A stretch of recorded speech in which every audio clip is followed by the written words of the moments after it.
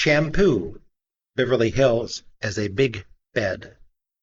Reviewed by Pauline Kael. When George, the hairdresser hero of Shampoo, asks Jackie, played by Warren Beatty and Julie Christie, "Want me to do your hair?" It's his love lyric. George massages a neck and wields a blower as if he would rather be doing that than anything else in the world. When he gets his hands in a woman's hair, it's practically sex, and sensuous, tender sex, not what his Beverly Hills customers are used to. Their husbands and lovers don't have professionally caressing hands like the dedicated Georges.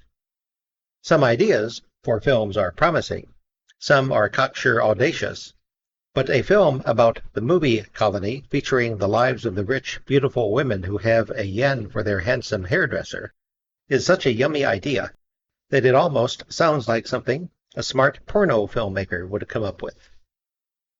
Exploited for gags, it might have been no more than a saucy romp, a modernized fan the tulip, and that may be what audiences expect, maybe even what some audiences want. But the way it has been done, the joke expands the more you think about it. Shampoo is light and impudent, yet, like the comedies that live on, it's a bigger picture in retrospect. The attention George gives women is so exciting to him and to them that he's always on the go. He works in a fashionable salon, commutes to his assignations on a motorbike, and tells himself and his girl Jill, played by Goldie Hawn, that they'll settle down as soon as he gets his own shop. The movie deals with his frantic bed-hopping during the 40-odd hours in which he tries to borrow the steak he needs from Lester, played by Jack Warden, the shyster tycoon, who is married to Felicia, played by Lee Grant, a rapacious customer. Lester is also keeping Jackie, George's old girlfriend, who is Jill's closest friend. Shampoo opens on Election Eve, November 4th, 1968, when the hero's life has begun to boil over. The characters whirl in and out of bed with each other through Election Day and night, watching the returns at a party at the Bistro, acknowledging Nixon and Agnew's victory by seeing in the dawn at another party, and preparing for the new era by shifting partners. The picture is a sex roundelay set in a period as clearly defined as the Jazz Age. It's gone, all right, and we know that best when we catch echoes from it. Maybe we've all been caught in a time warp because the Beatles' 60s of miniskirts and strobe lights, when people had not yet come down from their euphoria about the harmlessness of drugs, is already a period with its own bubbly potency. The time of Shampoo is so close to us that at moments we forget its pastness, and then we're stung by the consciousness of how much has changed. Shampoo is set in the past for containment, for a formalized situation, just as Ingmar Bergman set his boudoir force, Smiles of a Summer Night, in the operetta past of the Merry Widow period. What the turn-of-the-century metaphor did for Bergman, the 1968 election, as the sum of an era, does for Shampoo. The balletic, patterned confusion of Shampoo is theatrical, and Los Angeles, more particularly Beverly Hills, the swankiest part of it, a city within a city, is indisputably a stylized theatrical setting. But a bedroom chase construction isn't stagey in Beverly Hills. Shampoo has a mathematically structured plot in an open society. Los Angeles itself, the sprawl city, opens the movie up, and the LA sense of freedom makes its own comment on the scrambling characters. Besides, when you play musical chairs in the bedrooms of Beverly Hills, the distances you have to cover impose their own comic frenzy. As in a Feydeau play or some of the René Clair and Lubitsch films, the more complicated the interaction is, the more we look forward to the climatic muddle and the final sorting out of couples. The whirring pleasures of carnal farce require our awareness of the mechanics, and the director, Hal Ashby, has the deftness to keep us conscious of the structure and yet to give it free play. The plot isn't arbitrary. It's what George, who can never really get himself together, is caught in. The mixed pairs of lovers don't get snarled at the same parties by coincidence. They go knowing who else is going to be there, wanting the danger of collisions. Shampoo expresses the emotional climate of the time and place. Los Angeles has become what it is because of the bright heat, which turns people into narcissists and sensuous provocateurs. The atmosphere seems to infantilize sex. Sexual desire is despiritualized.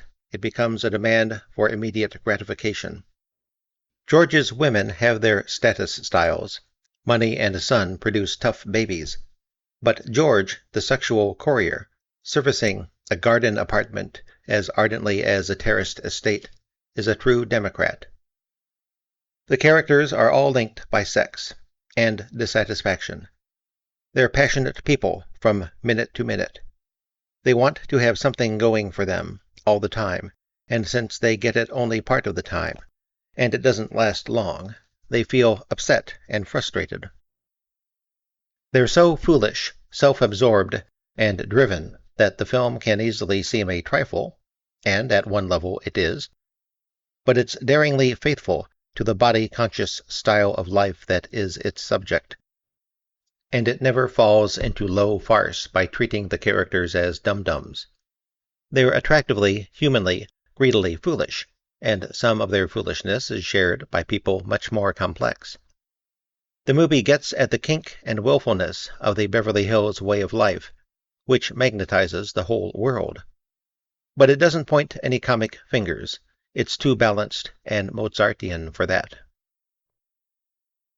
The scenarist, Robert Towne, Beatty, who shares the screenplay credit, contributed ideas and worked on the structuring with him, has brought something new to bedroom farce.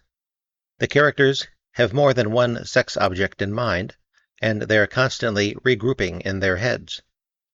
No one is romantically in love or devoted in the sense in which Bergman's characters are in Smiles of a Summer Night. Shampoo isn't about the bondage of romantic pursuit. It's about the bondage of the universal itch among a group primed to scratch. Ready and waiting, the characters keep all possibilities open. This variation on the usual love comedy is the trickiest, funniest, truest to its freeway love environment ingredient of the movie. Except for George, who doesn't plan ahead, everyone is always considering alternatives. It's a small, rich, loose society, and its members know each other carnally in a casual way. It's in the nature of things that they take turns in the one big bed that is their world. Since the characters hold multiple goals, when they look depressed, you're never sure who exactly is the object of their misery. The actors are much more free than in the confines of classic farce. They're free, too, of the stilted witticisms of classic farce. Towne writes such easy, unforced dialogue that they might be talking in their own voices. Julie Christie's locked-in, libidinous face has never been harder, more petulant, or more magical than in her role as Lester's kept woman, who hates her position because she never gets to go anywhere with him. Jackie is coarse and high-strung, a true L.A. combo. She's a self-destructive winner, and Julie Christie plays her boldly, with a moody ruthlessness that I find uncanny. This is the first time that Christie and Beatty have acted together since McCabe and Mrs. Miller, and each of them gains. Julie Christie is one of those screen actresses whose every half-buried thought smashes through. She's so delicate an actress that when she plays a coarse girl like Jackie, there's friction in each nuance. On the stage last year, in Uncle Vanya, she was a vacuum. In Shampoo, she's not only an actress, she is, in the high-class hooker terms of her role, the sexiest woman in movies right now. She has the knack of turning off her spirituality totally. In this role, she's a gorgeous, hoary-lipped little beast, a dirty sprite. Goldie Hawn, who began to come into her own as a screen actress in last year's The Sugarland Express, is probably going to be everything her admirers have hoped for. As the hysterical young Jill, she isn't allowed to be too hysterical. Hal Ashby doesn't let her go all frilly and wistful either. She used to be her own best audience. Now that she has stopped breaking up infectiously, we're free to judge her for ourselves.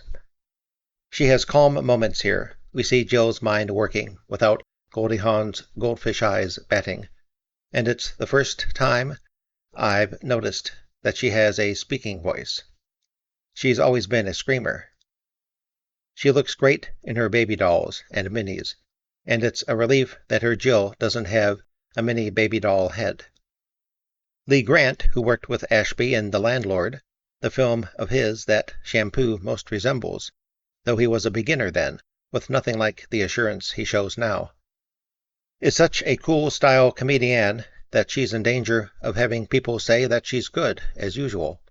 But she carries off the film's most sexually brutal scene.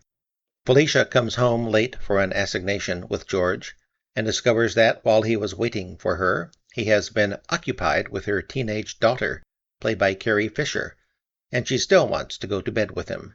She wants it more than ever. As her husband, Jack Warden is the biggest surprise in the cast. He's both a broad cartoon and an appealing character. Lester is triply cuckolded. George commutes between Lester's mistress and wife and daughter, and he's a heavy contributor to the Nixon-Agnew campaign for business purposes, and yet he has more depth than anyone else in the movie. He's ready to investigate anything. Invited to join a nymphs and satyrs bathing orgy, he considers getting into the water as he would a new investment, and thinks why not. Warden shows us Lester's pragmatic ruminations. We see that he's a business success because he's learned to make compromises in his own favor. While Nixon is on TV making his victory speech, Lester and George have it all out in a final confrontation scene, and the astute Lester realizes that, despite the wear and tear on George's zipper, the hairdresser is no threat to him. The central performance that makes it all work is Beatty's. George, who wears his hair blower like a Colt 45, isn't an easy role. I don't know anyone else who could have played it. Because of Beatty's off-screen reputation as a heterosexual dynamo, audiences may laugh extra hard at the scenes in which Lester assumes that a male hairdresser can't be straight, but that joke is integral to the conception anyway. Beatty makes George's impulsive warmth toward his customers believable. An uncomplicated Don Juan, George gets pleasure from giving pleasure. He doesn't smoke tobacco or dope. He doesn't pop pills. Outside of soft drinks, the only beverage he takes in the whole film is a little white wine. George doesn't need to be raised high or brought down, and he has nothing to obliterate.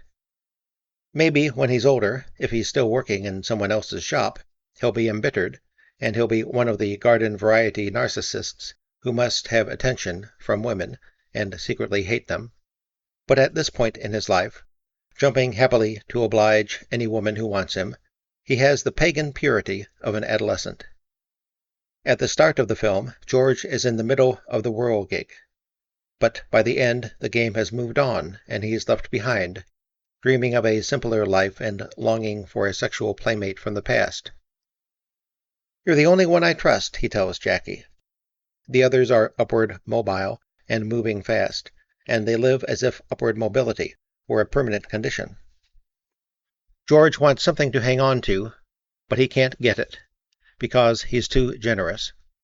He lives in constant excitation, and so he's the closest to exhaustion. George is the only one of the characters who isn't completely selfish. He's the only one who doesn't function successfully in the society.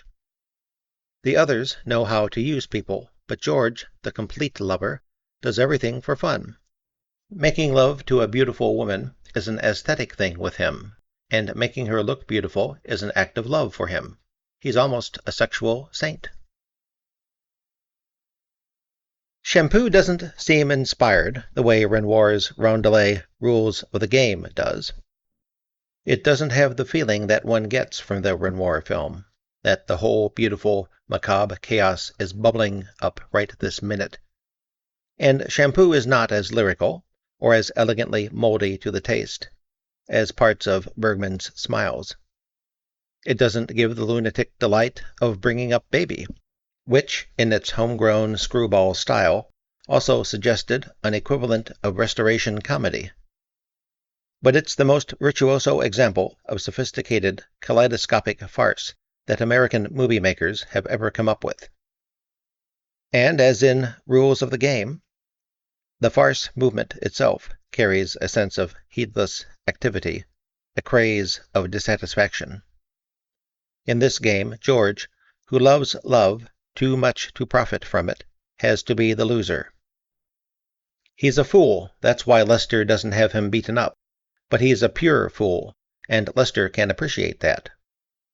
George isn't a negligible dramatic creation. For the movie makers, he's the foolish romanticism of youth incarnate, but some people may see him as a jerk and resent him. To them, possibly, the new romantic hero would be a cynical stud who gets it all and wins out. In its own way, Shampoo is a very uncompromising film, and it's going to cause dissension. People who are living the newer forms of the blow-up style, or want to, won't like this view of it.